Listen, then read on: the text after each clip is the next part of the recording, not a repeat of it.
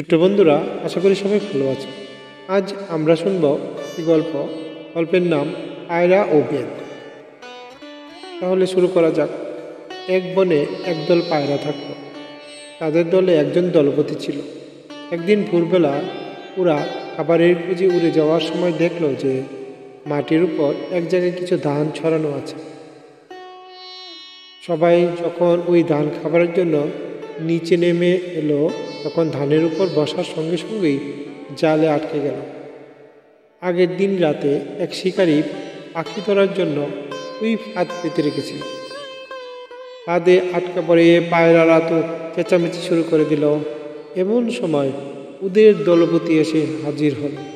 সে সবাইকে বলল, তোমরা সবাই যদি একসঙ্গে ডানা মেলে উড়ে যেতে পারো, তবে এই জালটিও তোমরা নিয়ে যেতে পারবে। দলপতির কথা মতো সবগুলি পায়রা একসঙ্গে উঠতেই জালটিও ওদের সঙ্গে সঙ্গে উপরে উঠে গেল।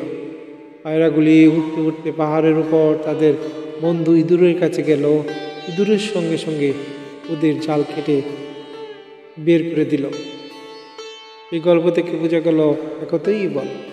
গল্পটি ভালো লাগলে চ্যানেলটি লাইক, শেয়ার ও সাবস্ক্রাইব করবে। পরবর্তী ভিডিওতে আবার দেখা হবে। সবাই ভালো থাকবে।